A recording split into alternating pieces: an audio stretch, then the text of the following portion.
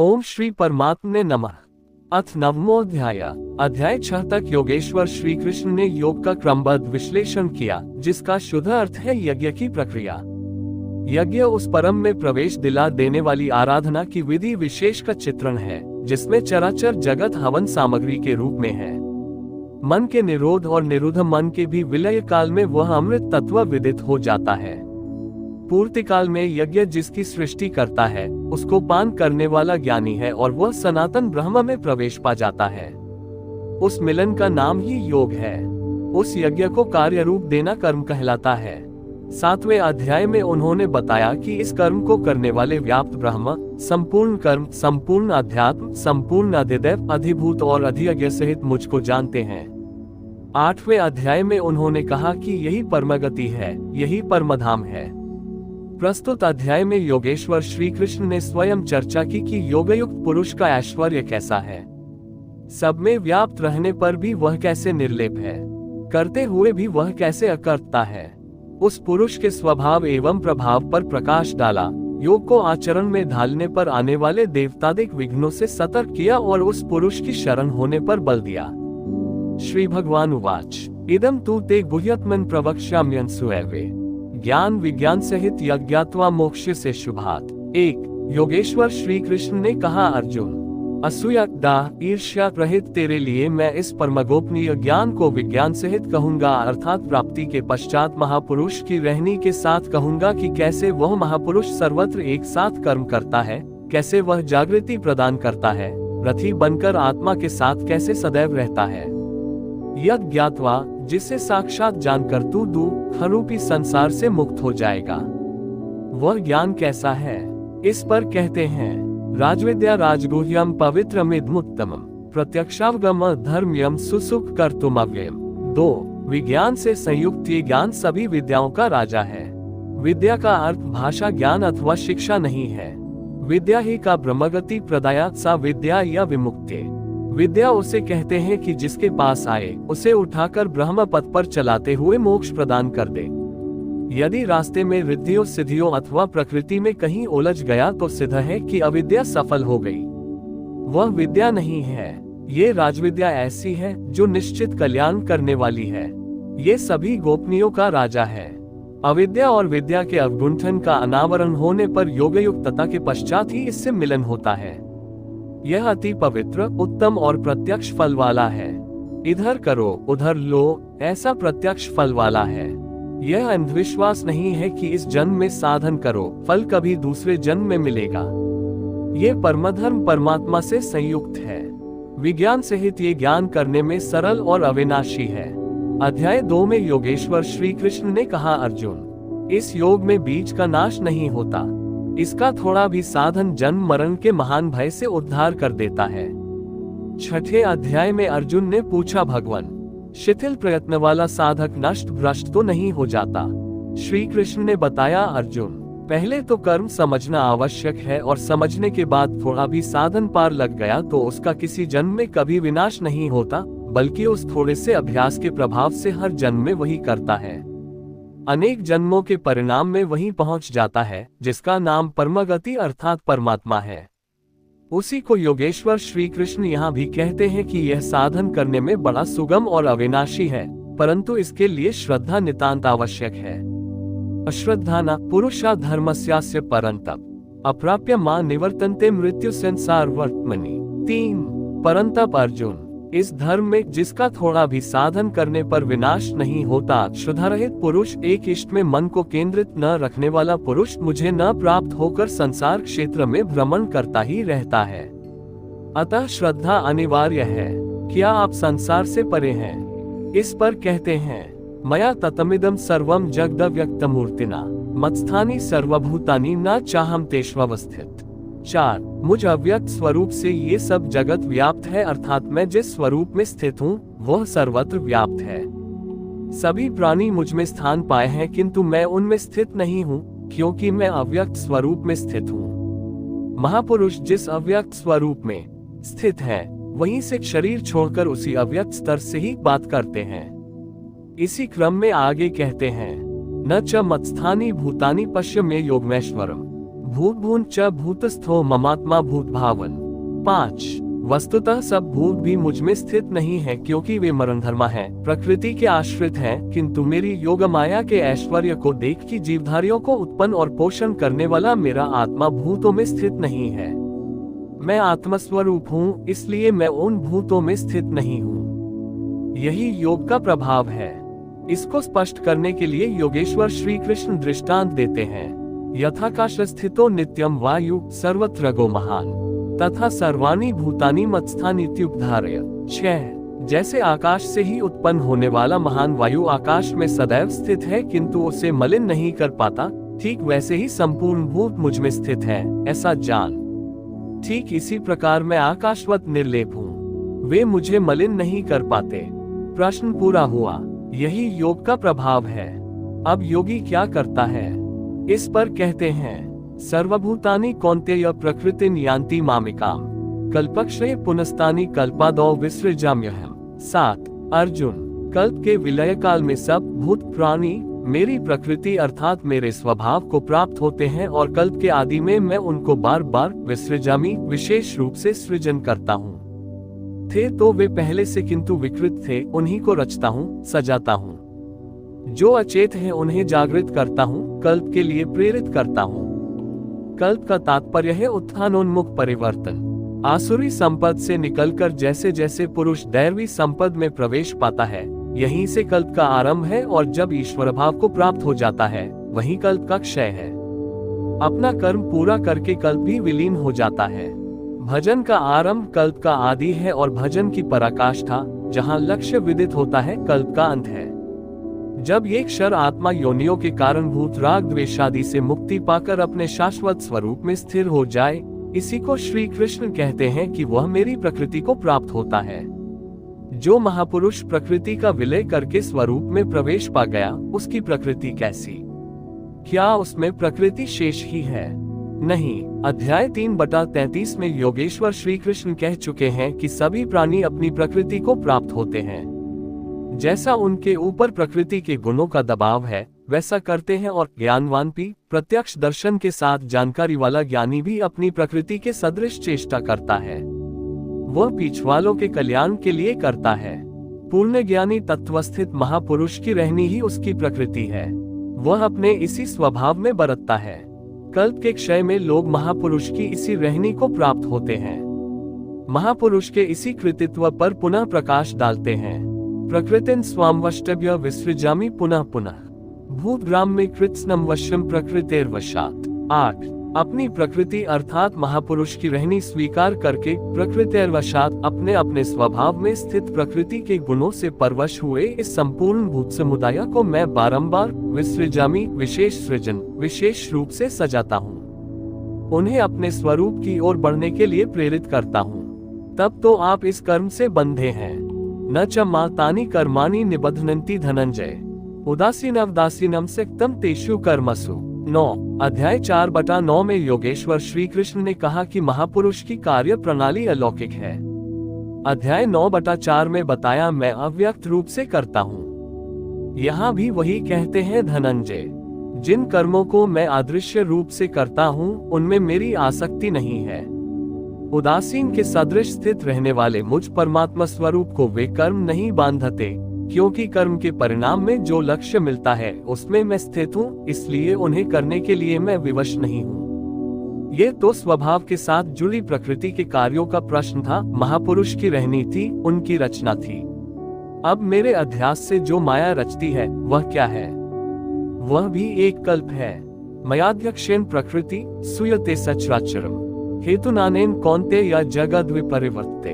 10 अर्जुन, मेरी अध्यक्षता में अर्थात मेरी उपस्थिति में सर्वत्र व्याप्त मेरे अध्यास से यह माया त्रिगुणमयी प्रकृति, अष्टधा मूल प्रकृति और चेतन दोनों चराचर सहित जगत को रचती है, जो क्षुद्र कल्प है, और इसी कारण से ये संसार आवागमन के चक्र में घूमता रहता है। प्रकृति का ये क्षुद्र कल्प जिसमें काल का परिवर्तन है, मेरे अध्यास से प्रकृति ही करती है, मैं नहीं करता। किंतु 7वें श्लोक में निर्दिष्ट कल्प आराधना का संचार एवं पूर्ति पर्यंत मार्गदर्शन वाला कल्प महापुरुष स्वयं करते हैं। एक स्थान पर वे स्वयं करता है जहां वे विशेष रूप से सृजन करते हैं। यहाँ कर्ता प्रकृति है जो केवल मेरे अध्यास से यह क्षणिक परिवर्तन करती है, जिसमें शरीरों का परिवर्तन, काल परिवर्तन, युग परिवर्तन इत्यादि आते हैं। ऐसा व्याप्त प्रभाव होने पर भी मूल लोग मुझे नहीं जानते। तथा अवजानन्ति मां मूढ़ा मानुषी तनुमाश्रितम पर भावम जानन्तो मम भूत महेश्वरम। 11 संपूर्ण भूतों के महान ईश्वर रूप मेरे परम भाव को न जानने वाले मूल लोग मुझे मनुष्य शरीर के आधार वाला और तुच्छ समझते हैं। संपूर्ण प्राणियों के ईश्वरों का भी जो महान ईश्वर है, उस परम भाव में मैं स्थित हूँ, किंतु हूँ मनुष्य शरीरधारी। मूल लोग इसे नहीं जानते। वे मुझे मनुष्य कहकर संबोधित करते हैं। उनका दोष भी क्या है? जब वे दृष्टिपात करते हैं तो महापुरुष का शरीर ही तो दिखाई पड़ता है। कैसे वे समझे कि आप महान ईश्वर भाव में स्थित हैं? वे क्यों नहीं देख पाते? इस पर कहते हैं, मोघाशा मोघ कर्माणो मोघ ज्ञाना विचेतस राक्षसीमासुरी चैव प्रकृतिन मोहिनी श्रिता।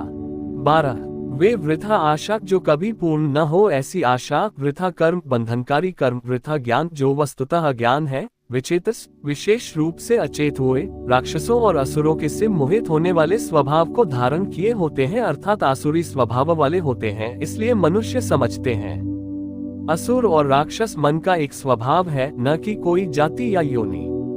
आसुरी स्वभाव वाले मुझे नहीं जान पाते, किंतु महात्माजन मुझे जानते और भजते हैं। महात्मानस्तु मां पार्थ दैवी प्रकृतिमाश्रिता भजन्त्यनन्यम न सो ज्ञात्वा भूतादिमव्ययम्। 13 परंतु हे पार्थ, दैवी प्रकृति अर्थात दैवी संपत्ति के आश्रित हुए महात्माजन मुझे सब भूतों का आदि कारण, अव्यक्त और अक्षर जानकर अनन्य मन से, अर्थात मन के अंतराल में किसी अन्य को स्थान न देकर केवल मुझ में श्रद्धा रखकर निरंतर मुझे भजते हैं। किस प्रकार भजते हैं? इस पर कहते हैं, सततम कीर्तयन्तो मां यतन्तश्च दृढ़व्रता नमस्यन्तश्च मां भक्त्या नित्ययुक्ता उपास्ते। 14 वे निरंतर चिंतन के व्रत में अचल रहते हुए मेरे नाम और गुणों का चिंतन करते हैं, प्राप्ति के यत्न करते हैं और मुझे बारंबार नमस्कार करते हुए सदैव मुझसे संयुक्त होकर अनन्य भक्ति से मुझे उपासते हैं, अविरल लगे रहते हैं। कौन सी उपासना करते हैं? कैसा है ये कीर्तिगान? कोई दूसरी उपासना नहीं, वरन वही यज्ञ जिसे विस्तार से बता आए हैं, उसी आराधना को यहाँ संक्षेप में योगेश्वर श्री कृष्ण दोहरा रहे हैं।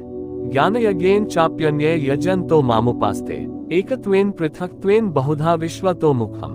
15 उनमें से कोई तो मुझ सर्वव्याप्त विराट परमात्मा को ज्ञान यज्ञ द्वारा यजन करते हैं, अर्थात अपनी हानि, लाभ और शक्ति को समझकर इसी नियत कर्म यज्ञ में प्रवृत्त होते हैं। कुछ एकतव भाव से मेरी उपासना करते हैं कि मुझे इसी में एक होना है, और दूसरे सब कुछ मुझे अलग रखकर मुझे समर्पण करके निष्काम सेवा भाव से मुझे उपासते हैं तथा बहुत प्रकार से उपासते हैं, क्योंकि एक ही यज्ञ के ये सभी ऊंचे नीचे स्तर हैं। यज्ञ का आरंभ सेवा से ही होता है, किंतु उसका अनुष्ठान होता कैसे है? योगेश्वर श्री कृष्ण कहते हैं, यज्ञ मैं करता हूँ। यदि महापुरुष रथी न हो तो यज्ञ पार नहीं लगेगा। उन्हीं के निर्देशन में साधक समझ पाता है कि अब वह किस स्तर पर है, कहाँ तक पहुँच सका है। वस्तुतः यज्ञकर्ता कौन है? इस पर योगेश्वर कहते हैं, अहम क्रतुरः यज्ञ स्वधामहमौषधम मंत्रोहमहमेवज्रमहमग्निर्हम होतम। 16 कर्ता मैं हूँ। वस्तुतः कर्ता के पीछे प्रेरक के रूप में सदैव संचालित करने वाला इष्ट ही है। कर्ता द्वारा जो पार लगता है मेरी देन है। यज्ञ मैं हूँ। यज्ञ आराधना की विधि विशेष है। पूर्ति काल में यज्ञ जिसका सृजन करता है, उस अमृत को पान करने वाला पुरुष सनातन ब्रह्म में प्रवेश पा जाता है। स्वधा मैं हूँ अर्थात अतीत के अनंत संस्कारों को विलय करना, उन्हें तृप्त कर देना मेरी देन है। भवरोग को मिटाने वाली औषधि मैं हूँ। मुझे पाकर लोग इस रोग से निवृत्त हो जाते हैं। मंत्र मैं हूँ। मन को श्वास के अंतराल में निरोध करना मेरी देन है। इस निरोध क्रिया में तीव्रता लाने वाली वस्तु आज्ञा हवि भी मैं हूँ। मेरे ही प्रकाश में मन की सभी प्रवृत्तियां विलीन होती हैं। हवन अर्थात समर्पण भी मैं ही हूँ। यहाँ योगेश्वर श्री कृष्ण बार बार मैं हूँ कह रहे हैं। इसका आशय मात्र इतना ही है कि मैं ही प्रेरक के रूप में आत्मा से अभिन्न होकर खड़ा हो जाता हूँ तथा निरंतर निर्णय देते हुए योग क्रिया को पूर्ण कराता हूँ। इसी का नाम विज्ञान है। पूज्य महाराज जी कहा करते थे कि जब तक इष्ट देव रथी होकर श्वास प्रश्वास पर रोकथाम न करने लगे तब तक भजन आरंभ ही नहीं होता। कोई लाख आंख मूंदे भजन करे, शरीर को तपा डाले, लेकिन जब तक जिस परमात्मा की हमें चाह है, वह जिस सतह पर हम खड़े हैं उस स्तर पर उतरकर आत्मा से अभिन्न होकर जागृत नहीं हो जाता, तब तक सही मात्रा में भजन का स्वरूप समझ में नहीं आता। इसलिए महाराज जी कहते थे, मेरे स्वरूप को पकड़ो, मैं सब दूंगा। श्री कृष्ण कहते हैं, सब मुझसे होता है। पितामहस्य जग तो माता धाता पितामह, वेद्यम पवित्र मोंकार ऋक्साम यजुरेवच। 17 अर्जुन, मैं ही संपूर्ण जगत का धाता अर्थात धारण करने वाला, पिता अर्थात पालन करने वाला, माता अर्थात उत्पन्न करने वाला, पितामह अर्थात मूल उद्गम हूँ, जिसमें सभी प्रवेश पाते हैं और जानने योग्य पवित्र ओंकार अर्थात अहम आकार इति ओंकार, वो परमात्मा मेरे स्वरूप में है। सोहम तत्वमसि इत्यादि एक दूसरे के पर्याय हैं, ऐसा जानने योग्य स्वरूप मैं ही हूँ। ऋग अर्थात संपूर्ण प्रार्थना, साम अर्थात समत्व दिलाने वाली प्रक्रिया, यजु अर्थात यजन की विधि विशेष भी मैं ही हूँ। योग अनुष्ठान के उक्त तीनों आवश्यक अंग मुझसे होते हैं। गतिर्भर्ता प्रभु, साक्षी निवास, शरण सुहृत, प्रभव प्रलय, स्थान निधान बीजम अव्ययम। 18 हे अर्जुन, गति अर्थात प्राप्त होने योग्य परम गति, भर्ता भरण पोषण करने वाला, सबका स्वामी, साक्षी अर्थात दृष्टा रूप में स्थित सबको जानने वाला, सबका वास स्थान, शरण लेने योग्य, अकारण प्रेमी मित्र, उत्पत्ति और प्रलय अर्थात शुभाशुभ संस्कारों का विलय तथा अविनाशी कारण मैं ही हूँ। अर्थात अंत में जिनमें प्रवेश मिलता है वे सारी विभूतियां मैं ही हूँ। तपाम्यहमः वर्ष निग्रहवाम्युत्सृजामि च, अमृत चैव मृत्युश्च सत्सच्चाहम्। अर्जुन 19 मैं सूर्य रूप से तपता हूँ, वर्षा को आकर्षित करता हूँ और उसे बरसाता हूँ। मृत्यु से परे अमृत तत्व तथा मृत्यु, सत और असत सब कुछ मैं ही हूँ। अर्थात जो परम प्रकाश प्रदान करता है वह सूर्य मैं ही हूँ। कभी कभी भजने वाले मुझे असत भी मान बैठते हैं, वे मृत्यु को प्राप्त होते हैं। आगे कहते हैं, त्रैवेद्या मां सोमपा पूत पापा यज्ञैरिष्ट्वा स्वर्गता प्रार्थयन्ते, ते पुण्यमासाद्य सुरेंद्र लोक मशनंती दिव्यांदिवी देव भोगान। 20 आराधना विद्या के तीनों अंग ऋग, साम और यजु अर्थात प्रार्थना, समत्व की प्रक्रिया और यजन का आचरण करने वाले, सोम अर्थात चंद्रमा के क्षीण प्रकाश को पाने वाले, पाप से मुक्त होकर पवित्र हुए पुरुष उसी यज्ञ की निर्धारित प्रक्रिया द्वारा मुझे इष्ट रूप में पूजकर स्वर्ग के लिए प्रार्थना करते हैं। यही असत की कामना है, इससे वे मृत्यु को प्राप्त होते हैं, उनका पुनर्जन्म होता है, जैसा पिछले श्लोक में योगेश्वर ने बताया। वे पूजते मुझे ही हैं, उसी निर्धारित विधि से पूजते हैं, किंतु बदले में स्वर्ग की याचना करते हैं। वे पुरुष अपने पुण्य के फलस्वरूप इंद्रलोक को प्राप्त होकर स्वर्ग में देवताओं के दिव्य भोग भोगते हैं, अर्थात वह भोग भी मैं ही देता हूँ। ते तम भुक्त्वा स्वर्गलोकम विशालम क्षीणे पुण्य मर्त्यलोकम विशन्ति, एवं त्रयी धर्म अनुप्रपन्ना गतागतम काम कामा लभन्ते। 21 वे उस विशाल स्वर्ग को भोग कर पुण्य क्षीण होने पर मृत्युलोक अर्थात जन्म मृत्यु को प्राप्त होते हैं। इस प्रकार त्रयी धर्मम प्रार्थना, समत्व एवं यजन की तीनों विधियों से एक ही यज्ञ का अनुष्ठान करने वाले मेरी शरण हुए भी कामना वाले पुरुष बारंबार जाने आने को अर्थात पुनर्जन्म को प्राप्त होते हैं, किंतु उनका मूल नाश कभी नहीं होता, क्योंकि इस पथ में बीज का नाश नहीं है। किंतु जो किसी प्रकार की कामना नहीं करते उन्हें क्या मिलता है? अनन्याश्चिन्तयन्तो मां ये जना पर्युपास्ते तेषा नित्याभियुक्ताना योगक्षेम वहाम्यहम्। 22 अनन्य भाव से मुझ में स्थित भक्तजन मुझ परमात्मा स्वरूप का निरंतर चिंतन करते हैं, पर्युपास्ते लेश मात्र भी त्रुटि न रखकर मुझे उपासते हैं। उन नित्य एक ही भाव से संयुक्त हुए पुरुषों का योगक्षेम मैं स्वयं वहन करता हूँ, अर्थात उनके योग की सुरक्षा की सारी जिम्मेदारी मैं अपने हाथ में लेता हूँ। इतना होने पर भी लोग अन्य देवताओं को भाजते हैं। यप्यन्य देवता भक्ता यजन्ते श्रद्धयान्विता तेपि मामेव कौन्तेय यजन्त्य विधि पूर्वकम। 23 कौन्तेय श्रद्धा से युक्त हुए जो भक्त दूसरे दूसरे देवताओं को पूजते हैं वे भी मुझे ही पूजते हैं, क्योंकि वहाँ देवता नाम की कोई वस्तु तो होती नहीं, किंतु उनका वह पूजन अविधि पूर्वक है, मेरी प्राप्ति की विधि से रहित है। यहाँ योगेश्वर श्री कृष्ण ने दूसरी बार देवताओं के प्रकरण को लिया है। सर्वप्रथम अध्याय 7 के 20वें से 23वें श्लोक तक उन्होंने कहा, अर्जुन, कामनाओं द्वारा जिनके ज्ञान का अपहरण कर लिया गया है, ऐसे मूल बुद्धि पुरुष अन्य देवताओं की पूजा करते हैं, और जहाँ पूजा करते हैं वहाँ देवता नाम की सक्षम सत्ता तो है ही नहीं।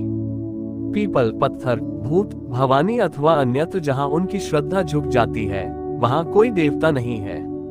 मैं ही सर्वत्र हूँ। उस स्थान पर मैं ही खड़ा होकर उनकी देव श्रद्धा को उन स्थानों पर स्थिर करता हूँ। मैं ही फल का विधान करता हूँ, फल देता हूँ। फल निश्चित मिलता है, किंतु उनका फल नाशवान है। आज है तो कल भोगने में आ जाएगा, नष्ट हो जाएगा, जबकि मेरा भक्त नष्ट नहीं होता। अतः वे मूल बुद्धि जिनके ज्ञान का अपहरण हो गया है, वही अन्य देवताओं की पूजा करते हैं। प्रस्तुत अध्याय 9 के 23 से 25वें श्लोक तक योगेश्वर श्री कृष्ण पुनः दोहराते हैं कि अर्जुन, जो श्रद्धा से अन्य अन्य देवताओं को पूजते हैं वे मुझे ही पूजते हैं, किंतु वह पूजन अविधि पूर्वक है। वहाँ देवता नाम की सक्षम वस्तु नहीं है। उनकी प्राप्ति की विधि गलत है। अब प्रश्न उठता है कि जब वे भी प्रकारांतर से आपको ही पूजते हैं और फल भी मिलता ही है, तो दोष क्या है? अहम हि सर्वज्ञाना भोक्ता च प्रभुरेव च न तु मां विजानन्ति तत्त्वेन तश्चिवन्ति ते। 24। संपूर्ण यज्ञों का भोक्ता अर्थात यज्ञ जिसमें विलय होते हैं, यज्ञ के परिणाम में जो मिलता है वह मैं हूँ और स्वामी भी मैं ही हूँ, परंतु वे मुझे तत्व से भली प्रकार नहीं जानते, इसलिए च्यवन्ति गिरते हैं। अर्थात वे कभी अन्य देवताओं में गिरते हैं और तत्व से जब तक नहीं जानते तब तक कामनाओं से भी गिरते हैं। उनकी गति क्या है? यान्ति देवव्रता देवान पितॄन् यान्ति पितृव्रता भूतानि यान्ति भूतेज्या यान्ति मद्याजिनोपि माम। 25। अर्जुन, देवताओं को पूजने वाले देवताओं को प्राप्त होते हैं। देवता है तो परिवर्तित सत्ता, वे अपने सत्कर्मानुसार जीवन व्यतीत करते हैं। पितरों को पूजने वाले पितरों को प्राप्त होते हैं, अर्थात अतीत में उलझे रहते हैं। भूतों को पूजने वाले भूत होते हैं, शरीर धारण करते हैं, और मेरा भक्त मुझे प्राप्त होता है। वह मेरा साक्षात स्वरूप होता है, उसका पतन नहीं होता। इतना ही नहीं, मेरी पूजा का विधान भी सरल है। पत्रम पुष्प फल तोय यो में भक्त्या प्रयच्छति तदा भक्त्युपहृतमश्नामि प्रयतात्मन। 26। भक्ति का आरंभ यहीं से है कि पत्र, पुष्प, फल, जल इत्यादि जो कोई मुझे भक्ति पूर्वक अर्पित करता है, मन से अर्पण करने वाले उस भक्त का वह सब मैं खाता हूँ, अर्थात स्वीकार करता हूँ। इसलिए यत् करोषि यदश्नासि यज्जुहोषि ददासि यत् तपस्यसि कौन्तेय तत्कुरुषु मदर्पणम्। 27। अर्जुन, तू जो कर्म यथार्थ कर्म करता है, जो खाता है, जो हवन करता है, समर्पण करता है, दान देता है, मन सहित इंद्रियों को जो मेरे अनुरूप तपाता है, वह सब मुझे अर्पण कर अर्थात मेरे प्रति समर्पित होकर यह सब कर। समर्पण करने से योग के क्षेम की जिम्मेदारी मैं ले लूंगा। शुभाशुभ फल रेव मोक्ष से कर्म बंधन है, संन्यास योग युक्तात्मा विमुक्तो मामुपैष्यसि। 28। इस प्रकार सर्वस्व के न्यास संन्यास योग से युक्त हुआ तू शुभाशुभ फलदाता कर्मों के बंधन से मुक्त होकर मुझे प्राप्त होगा। उपर्युक्त 3 श्लोकों में योगेश्वर श्री कृष्ण ने क्रमबद्ध साधन और उसके परिणाम का चित्रण किया है। पहले पत्र, पुष्प, फल, जल का पूर्ण श्रद्धा से अर्पण, दूसरे समर्पित होकर कर्म का आचरण और तीसरे पूर्ण समर्पण के साथ सर्वस्व का त्याग। इनके द्वारा कर्मबंधन से विमुक्त विशेष रूप से मुक्त हो जाएगा। मुक्ति से मिलेगा क्या? तो बताया, मुझे प्राप्त होगा। यहाँ मुक्ति और प्राप्ति एक दूसरे के पूरक हैं। आपकी प्राप्ति ही मुक्ति है तो उससे लाभ। इस पर कहते हैं, समोहम सर्वभूतेषु न मे द्वेष्योस्ति न प्रिय ये भजन्ति तू मां भक्त्या मयि ते तेषु चाप्यहम्। 29। मैं सब भूतों में सम हूँ। सृष्टि में न मेरा कोई प्रिय है और न अप्रिय है, किंतु जो अनन्य भक्त है वह मुझ में है और मैं उसमें हूँ। यही मेरा एकमात्र रिश्ता है। मैं उसमें परिपूर्ण हो जाता हूँ। मुझ में और उसमें कोई अंतर नहीं रह जाता। तब तो बहुत भाग्यशाली लोग ही भजन करते होंगे। भजन करने का अधिकार किसे है? इस पर योगेश्वर श्री कृष्ण कहते हैं, अपि चेत्सु दुराचारो भजते मामनान्य भाग साधरेव स मंतव्य सम्यक व्यवसितो है स। 30। यदि अत्यंत दुराचारी भी अनन्य भाव से अर्थात अन्य न मेरे सिवाय किसी अन्य वस्तु या देवता को न भजकर केवल मुझे ही निरंतर भजता है, वह साधु ही मानने योग्य है। अभी वह साधु हुआ नहीं है, किंतु उसके हो जाने में संदेह भी नहीं है, क्योंकि वह यथार्थ निश्चय से लग गया है। अतः भजन आप भी कर सकते हैं, बशर्ते कि आप मनुष्य हो, क्योंकि मनुष्य ही यथार्थ निश्चय वाला है। गीता पापियों का उद्धार करती है और वह पथिक क्षिप्रम भवति धर्मात्मा शश्वत शांतिं निगच्छति कौन्तेय प्रति जानी ही न मे भक्त प्रणश्यति। 31। इस भजन के प्रभाव से वह दुराचारी भी शीघ्र ही धर्मात्मा हो जाता है, परमधर्म परमात्मा से संयुक्त हो जाता है तथा सदैव रहने वाली परम शांति को प्राप्त होता है। कौन्तेय, तू निश्चय पूर्वक सत्य जान कि मेरा भक्त कभी नष्ट नहीं होता। यदि एक जन्म में पार नहीं लगा तो अगले जन्मों में भी वही साधन करके शीघ्र ही परम शांति को प्राप्त होता है। अतः सदाचारी दुराचारी सभी को भजन करने का अधिकार है। इतना ही नहीं, अपितु माँ हे पार्थ विपाश्रित्य येपि स्युः पाप्योने स्त्रियो वैश्यास् तथा शूद्रास्तेपि यान्ति परागतिम्। 32। पार्थ, स्त्री, वैश्य, शूद्रादि तथा जो कोई पाप्योने वाले भी हों, वे सभी मेरे आश्रित होकर परमगति को प्राप्त होते हैं। अतः ये गीता मनुष्य मात्र के लिए है, चाहे वह कुछ भी करता हो, कहीं भी पैदा हुआ हो। सबके लिए यह एक समान कल्याण का उपदेश करती है। गीता सार्वभौम है। पाप्योनि अध्याय 16/7-21 में आसुरी वृत्ति के लक्षणों के अंतर्गत भगवान ने बताया कि जो शास्त्र विधि को त्याग कर नामात्र के यज्ञों द्वारा दम्भ से यजन करते हैं, वे नरों में अधम हैं। यज्ञ है नहीं किंतु नाम दे रखा है और दम्भ से यजन करता है, वह क्रूरकर्मी और पापाचारी पाप्योनि है। जो मुझ परमात्मा से द्वेष करने वाले हैं वही पापी हैं। वैश्य और शूद्र भगवत पद की सीढ़ियां हैं। स्त्रियों के प्रति कभी सम्मान कभी हीनता की भावना समाज में रही है, इसीलिए श्री कृष्ण ने इनका नाम लिया। योग प्रक्रिया में स्त्री और पुरुष दोनों का समान ही प्रवेश है। किं पुनर्ब्राह्मण पुण्य भक्ता राजर्षयस्तथा अनित्यम सुख लोकमे प्राप्य भजस्व माम। 33। फिर तो ब्राह्मण तथा राजर्षि क्षत्रिय श्रेणी प्राप्त भक्तों के लिए कहना ही क्या है। ब्राह्मण एक अवस्था विशेष है जिसमें ब्रह्म में प्रवेश दिला देने वाली सारी योग्यताएं विद्यमान हैं। शांति, आर्जव, अनुभवी उपलब्धि, ध्यान और इष्ट के निर्देशन पर जिसमें चलने की क्षमता है, वही ब्राह्मण की अवस्था है। राजर्षि क्षत्रिय में रिद्धियों सिद्धियों का संचार, शौर्य, स्वामी भाव, पीछे न हटने का स्वभाव रहता है। इस योग स्तर पर पहुंचे हुए योगी तो पार होते ही हैं, उनके लिए क्या कहना है। अतः अर्जुन, तू सुख रहित क्षणभंगुर इस मनुष्य शरीर को प्राप्त होकर मेरा ही भजन कर। इस नश्वर शरीर के ममत्व पोषण में समय नष्ट न कर। योगेश्वर श्री कृष्ण ने यहाँ चौथी बार ब्राह्मण, क्षत्रिय, वैश्य और शूद्र की चर्चा की। अध्याय 2 में उन्होंने कहा कि क्षत्रिय के लिए युद्ध से बढ़कर कल्याण का कोई रास्ता नहीं है। अध्याय 3 में उन्होंने कहा कि स्वधर्म में निधन भी श्रेयतर है। अध्याय 4 में उन्होंने संक्षेप में बताया कि 4 वर्णों की रचना मैंने की। तो क्या मनुष्यों को 4 जातियों में बांटा? बोले, नहीं, गुण कर्म विभागश, गुण के पैमाने से कर्म को 4 श्रेणियों में रखा। श्री कृष्ण के अनुसार कर्म एकमात्र यज्ञ की प्रक्रिया है। अतः इस यज्ञ को करने वाले 4 प्रकार के हैं। प्रवेश काल में वह यज्ञकर्ता शूद्र है, अल्पज्ञ है। कुछ करने की क्षमता आई, आत्मिक संपत्ति का संग्रह हुआ तो वही यज्ञकर्ता वैश्य बन गया। इससे उन्नत होने पर प्रकृति के तीनों गुणों को काटने की क्षमता आ जाने पर वही साधक क्षत्रिय श्रेणी का है, और जब इसी साधक के स्वभाव में ब्रह्म में प्रवेश दिलाने वाली योग्यताएं ढल जाती हैं तो वही ब्राह्मण है। वैश्य एवं शूद्र की अपेक्षा क्षत्रिय और ब्राह्मण श्रेणी के साधक प्राप्ति के अधिक समीप हैं। शूद्र और वैश्य भी उसी ब्रह्म में प्रवेश पाकर शांत होंगे। फिर इसके आगे की अवस्था वालों के लिए तो कहना ही क्या है, उनके लिए तो निश्चित ही है। गीता, जिसका विस्तार वेद और अन्य उपनिषद जिनमें ब्रह्मविदुषी महिलाओं के आख्यान भरे पड़े हैं, तथा कथित धर्म भीरु रूढ़िवादी वेदाध्ययन के अधिकार की व्यवस्था देने में माथापच्ची करते रहे, लेकिन योगेश्वर श्री कृष्ण का स्पष्ट उद्घोष है कि अज्ञात कर्म की निर्धारित क्रिया में स्त्री पुरुष सभी प्रवेश ले सकते हैं। अब वे भजन की धारणा पर प्रोत्साहन देते हैं। मन्मना भव मद्भक्तो मद्याजी मां नमस्कुरु मामे वैश्यसी युक्तवैवमात्मान मतरायण। 34। अर्जुन, मेरे में ही मन वाला हो, सिवाय मेरे दूसरे भाव मन में न आने पाए। मेरा अनन्य भक्त हो, अनवरत चिंतन में लग, श्रद्धा सहित मेरा ही निरंतर पूजन कर और मेरे को ही नमस्कार कर।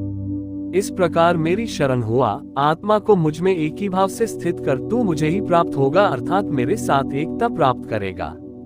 निष्कर्ष, इस अध्याय के आरंभ में श्री कृष्ण ने कहा, अर्जुन तुझ दोषरहित भक्त के लिए मैं इस ज्ञान को विज्ञान सहित कहूंगा, जिसे जानकर कुछ भी जानना शेष नहीं रहेगा। इसे जानकर तू संसार बंधन से छूट जाएगा। ये ज्ञान संपूर्ण विद्याओं का राजा है। विद्या वह है जो परमब्रह्म में प्रवेश दिलाए।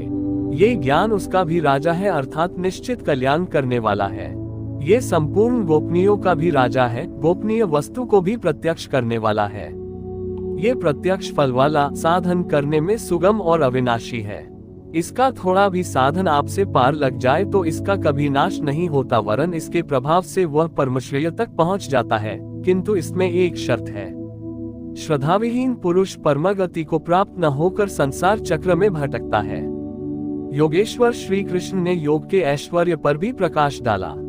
दुख के संयोग का वियोग ही योग है, अर्थात जो संसार के संयोग वियोग से सर्वथा रहित है उसका नाम योग है। परम तत्व परमात्मा के मिलन का नाम योग है।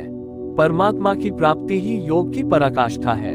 जो इसमें प्रवेश पा गया उस योगी के प्रभाव को देख कि संपूर्ण भूतों का स्वामी और जीवधारियों का पोषण करने वाला होने पर भी मेरा आत्मा उन भूतों में स्थित नहीं है। मैं आत्मस्वरूप में स्थित हूँ, वही हूँ। जैसे आकाश से उत्पन्न सर्वत्र विचरने वाला वायु आकाश में ही स्थित है किंतु उसे मलिन नहीं कर पाता, उसी प्रकार संपूर्ण भूत मुझ में स्थित है लेकिन मैं उनमें लिप्त नहीं हूँ। अर्जुन, कल्प के आदि में मैं भूतों को विशेष प्रकार से रचता हूँ, सजाता हूँ और कल्प के पूर्तिकाल में संपूर्ण भूत मेरी प्रकृति को अर्थात योगारूढ़ महापुरुष की रहनी को, उनके अव्यक्त भाव को प्राप्त होते हैं। यद्यपि महापुरुष प्रकृति से परे है किंतु प्राप्ति के पश्चात स्वभाव अर्थात स्वयं में स्थित रहते हुए लोक संग्रह के लिए जो कार्य करता है वह उसकी एक रहनी है। इसी रहनी के कार्यकलाप को उस महापुरुष की प्रकृति कहकर संबोधित किया गया है। एक रचयिता तो मैं हूँ जो भूतों को कल्प के लिए प्रेरित करता हूँ और दूसरी रचयिता त्रिगुणमयी प्रकृति है जो मेरे अध्यास से चराचर सहित भूतों को रचती है। ये भी एक कल्प है जिसमें शरीर परिवर्तन, स्वभाव परिवर्तन और काल परिवर्तन निहित है। गोस्वामी तुलसीदास जी भी यही कहते हैं, एक दुष्ट अतिशय दुख रूपा, जा बस जीव परा भावकूपा। रामचरितमानस 3:14-5। प्रकृति के दो भेद विद्या और अविद्या हैं। इनमें अविद्या दुष्ट है, दुख रूप है जिससे विवश जीव भावकूप में पड़ा है, जिससे प्रेरित होकर जीव काल कर्म स्वभाव और गुण के घेरे में आ जाता है। दूसरी है विद्या माया जिसे श्री कृष्ण कहते हैं कि मैं रचता हूँ। गोस्वामी जी के अनुसार प्रभु रचते हैं, एक रची जग गुण बस जाके, प्रभु प्रेरित नहीं निज बल ताके। रामचरितमानस 3:14-6। ये जगत की रचना करती है जिसके आश्रित गुण हैं। कल्याणकारी गुण एकमात्र ईश्वर में है। प्रकृति में गुण है ही नहीं, वह तो नश्वर है, लेकिन विद्या में प्रभु ही प्रेरक बनकर करते हैं। इस प्रकार कल्प दो प्रकार के हैं, एक तो वस्तु का, शरीर और काल का परिवर्तन कल्प है। ये परिवर्तन प्रकृति ही मेरे आभास से करती है, किंतु इससे महान कल्प जो आत्मा को निर्मल स्वरूप प्रदान करता है उसका श्रृंगार महापुरुष करते हैं। वे अचेत भूतों को सचेत करते हैं। भजन का आदि ही इस कल्प का आरंभ है और भजन की पराकाष्ठा कल्प का अंत है। जब ये कल्प भवरोग से पूर्ण निरोग बनाकर शाश्वत ब्रह्म में प्रवेश स्थिति दिला देता है, उस प्रवेश काल में योगी मेरी रहनी और मेरे स्वरूप को प्राप्त होता है। प्राप्ति के पश्चात महापुरुष की रहनी ही उसकी प्रकृति है। धर्म ग्रंथों में कथानक मिलते हैं कि चारों युग बीतने पर ही कल्प पूर्ण होता है, महाप्रलय होता है। प्रायः लोग इसे यथार्थ नहीं समझते। युग का अर्थ है दो, आप अलग हैं, आराध्य अलग है, तब तक युग धर्म रहेंगे। गोस्वामी जी ने रामचरितमानस के उत्तरकांड में इसकी चर्चा की है। जब तामसी गुण कार्य करते हैं, रजोगुण अल्प मात्रा में है, चारों ओर वैर विरोध है, ऐसा व्यक्ति कलयुगीन है। वह भजन नहीं कर पाता, किंतु साधन प्रारंभ होने पर युग परिवर्तन हो जाता है। रजोगुण बढ़ने लगता है, तमोगुण क्षीण हो चलता है, कुछ सत्वगुण भी स्वभाव में आ जाते हैं। हर्ष और भय की दुविधा लगी रहती है तो वही साधक द्वापर की अवस्था में आ जाता है। क्रमशः सत्वगुण का बाहुल्य होने पर रजोगुण स्वल्प रह जाता है, आराधना कर्म में रति हो जाती है। ऐसे त्रेतायुग में त्याग की स्थिति वाला साधक अनेकों यज्ञ करता है। यज्ञाना जपयज्ञोस्मि, यज्ञ श्रेणी वाला जप जिसका उतार चढ़ाव श्वास प्रश्वास पर है, उसे करने की क्षमता रहती है। जब मात्र सत्वगुण शेष रहा, विषमता खो गई, समता आ गई, ये कृतयुग अर्थात कृतार्थ युग अथवा सत्ययुग का प्रभाव है। उस समय सब योगी विज्ञानी होते हैं, ईश्वर से मिलने वाले होते हैं, स्वाभाविक ध्यान पकड़ने की उनमें क्षमता रहती है। विवेकी जन युग धर्मों का उतार चढ़ाव मन में समझते हैं। मन के निरोध के लिए अधर्म का परित्याग कर धर्म में प्रवृत्त हो जाते हैं। निरुद्ध मन का भी विलय हो जाने पर युगों के साथ साथ कल्प का भी अंत हो जाता है। पूर्णता में प्रवेश दिलाकर कल्प भी शांत हो जाता है। यही प्रलय है, जब प्रकृति पुरुष में विलीन हो जाती है। इसके पश्चात महापुरुष की जो रहनी है वही उसकी प्रकृति है, उसका स्वभाव है। योगेश्वर श्री कृष्ण कहते हैं, अर्जुन, मूल लोग मुझे नहीं जानते, मुझ ईश्वरों के ईश्वर को भी तुच्छ समझते हैं, साधारण मनुष्य मानते हैं। प्रत्येक महापुरुष के साथ यह विडंबना रही है कि तत्कालीन समाज ने उनकी उपेक्षा की, उनका डटकर विरोध हुआ। श्री कृष्ण भी इसके अपवाद नहीं थे। वे कहते हैं, मैं परमभाव में स्थित हूँ, किंतु शरीर मेरा भी मनुष्य का ही है, अतः मूल पुरुष मुझे तुच्छ कहकर, मनुष्य कहकर संबोधित करते हैं। ऐसे लोग व्यर्थ आशा वाले हैं, व्यर्थ कर्म वाले हैं, व्यर्थ ज्ञान वाले हैं कि कुछ भी करें और कह दे कि हम तो कामना नहीं करते, हो गए निष्काम कर्मयोगी। वे आसुरी स्वभाव वाले मुझे नहीं परख पाते, किंतु दैवी संपद को प्राप्त जन अनन्य भाव से मेरा ध्यान करते हैं, मेरे गुणों का निरंतर चिंतन करते हैं। अनन्य उपासना अर्थात यज्ञात कर्म के दो ही मार्ग हैं। पहला है ज्ञान मार्ग अर्थात अपने भरोसे, अपनी शक्ति को समझकर उसी नियत कर्म में प्रवृत्त होना, और दूसरी विधि स्वामी सेवक भावना की है, जिसमें सद्गुरु के प्रति समर्पित होकर वही कर्म किया जाता है। इन्हीं दो दृष्टियों से लोग मुझे उपासते हैं, किंतु उनके द्वारा जो पार लगता है वह यज्ञ, वह हवन, वह कर्ता, श्रद्धा और औषधि जिससे भवरोग की चिकित्सा होती है, मैं ही हूँ। अंत में जो गति प्राप्त होती है वह गति भी मैं ही हूँ। इसी यज्ञ को लोग त्रैविद्या, प्रार्थना, यजन और समत्व दिलाने वाली विधियों से संपादित करते हैं, किंतु बदले में स्वर्ग की कामना करते हैं तो मैं स्वर्ग भी देता हूँ। उसके प्रभाव से वे इंद्रपद प्राप्त कर लेते हैं, दीर्घ काल तक उसे भोगते हैं, किंतु पुण्य क्षीण होने पर वे पुनर्जन्म को प्राप्त होते हैं। उनकी क्रिया सही थी, किंतु भोगों की कामना रहने पर पुनर्जन्म पाते हैं। अतः भोगों की कामना नहीं करनी चाहिए। जो अनन्य भाव से अर्थात मेरे सिवाय दूसरा है ही नहीं, ऐसे भाव से जो निरंतर मेरा चिंतन करते हैं, लेशमात्र भी त्रुटि न रह जाए, ऐसे जो भजते हैं, उनके योग की सुरक्षा का भार मैं अपने हाथ में ले लेता हूँ। इतना होने पर भी कुछ लोग अन्य देवताओं की पूजा करते हैं। वे भी मेरी ही पूजा करते हैं, किंतु वह मेरी प्राप्ति की विधि नहीं है। वे संपूर्ण यज्ञों के भोक्ता के रूप में मुझे नहीं जानते, अर्थात उनकी पूजा के परिणाम में मैं नहीं मिलता, इसीलिए उनका पतन हो जाता है। वे देवता, भूत अथवा पितरों के कल्पित रूप में निवास करते हैं, जबकि मेरा भक्त साक्षात मुझ में निवास करता है, मेरा ही स्वरूप हो जाता है।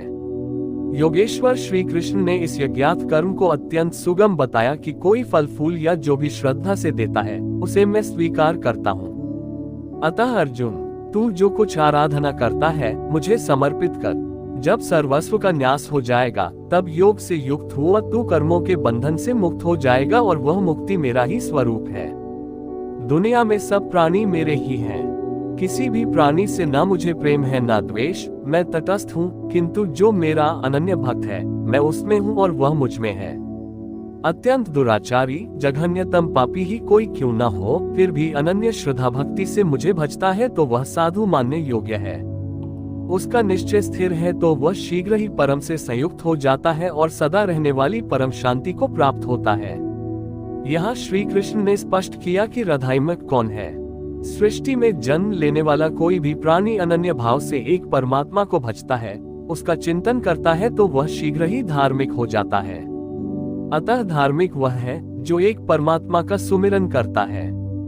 अंत में आश्वासन देते हैं अर्जुन, मेरा भक्त कभी नष्ट नहीं होता। कोई शूद्र हो, नीच हो, आदिवासी हो या अनादिवासी या कुछ भी नामधारी हो, पुरुष अथवा स्त्री हो अथवा पाप्योनी तिर्यक योनि वाला भी जो हो, मेरी शरण होकर परमश्रेय को प्राप्त होता है।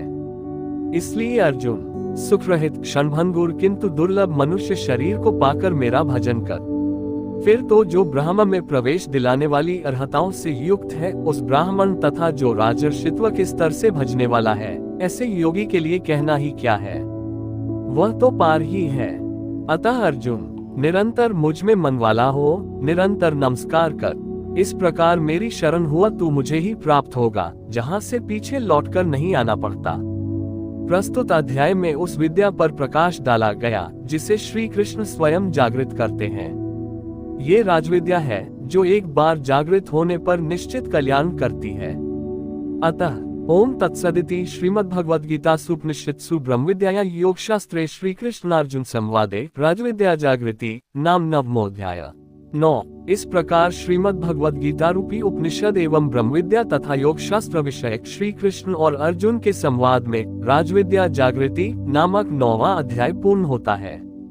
इति श्रीमद् परमहंस परमानंदस्य शिष्य स्वामी गणानंद कृते श्रीमद् भगवद गीताया यथार्थ गीता भाष्ये राजविद्या जागृति नाम नवमोऽध्याय। 9। इस प्रकार श्रीमद् परमहंस परमानंद जी के शिष्य स्वामी गणानंदकृत श्रीमद् भगवद गीता के भाष्य यथार्थ गीता में राजविद्या जागृति नामक 9वां अध्याय पूर्ण होता है। हरि ओम तत्सत।